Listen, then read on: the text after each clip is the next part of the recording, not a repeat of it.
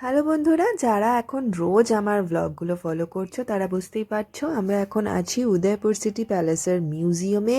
এখন আমরা এসেছি অস্ত্রশালা বা সালেহখানায়।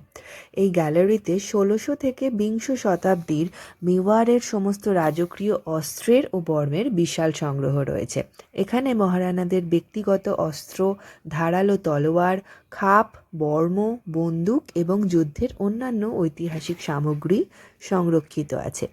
এখানকার প্রধান আকর্ষণ, এখানে মেওয়ারের রাজাদের ব্যবহৃত দুষ্প্রাপ্য ও ব্যক্তিগত অস্ত্র রয়েছে।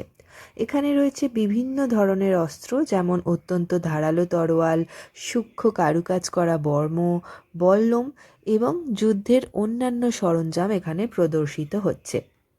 এটি একটি অতি প্রাচীন অস্ত্রাগার।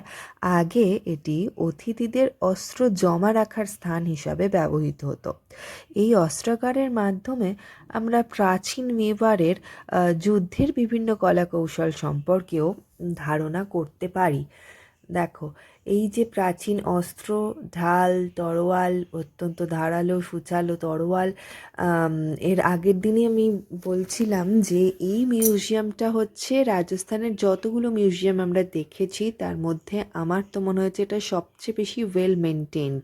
কারণ এইভাবে এত সুন্দরভাবে রক্ষণাবেক্ষণ করা হয়েছে যে না কোনো জং বা কিছু আমরা দেখতে পাচ্ছি এগুলোর মধ্যে। তো এই পুরো গ্যালারিটা, এই যে পুরো ওয়েপন গ্যালারিটা আমার ভীষণ ভালো লেগেছে। বিভিন্ন মিউজিয়ামে আমরা দেখেছি অন্যান্য রাজাদের, মহারানাদের সংগৃহীত জিনিসপত্র, কিন্তু এগুলো যেন একদম নতুন মনে হচ্ছে। অথচ এগুলো কিন্তু নতুন নয়, প্রায় হাজার হাজার বছরের পুরনো জিনিস এগুলো, কিন্তু তা সত্ত্বেও একদম নতুনের মতো চকচক করছে। এবং এটাই আমার কাছে ভীষণ অবাক করা একটা বিস্ময়কর ব্যাপার। ভীষণ সুন্দর জিনিসগুলো। তো আর্ট গ্যালারিতে চলে এসেছি আমরা এখন।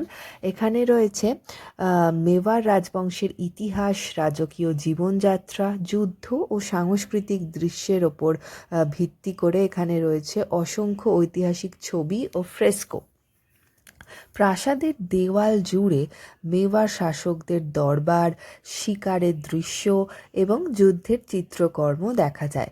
এছাড়া পুরনো দিনের সাংস্কৃতিক অনুষ্ঠান ও উৎসবের চিত্র, হিন্দু পুরাণের বিভিন্ন দেবদেবী ও প্রতীকী ছবি, এই রকম বিভিন্ন রকম বিষয়ের ছবি দেখা যায় এখানকার প্রাসাদের ছবিগুলোতে।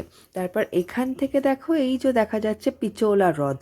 প্রথমেই বলেছিলাম যে এই উদয়পুর সিটি প্যালেসও কিন্তু এখানেই অবস্থিত। আসছি নতুন ব্লগ নিয়ে।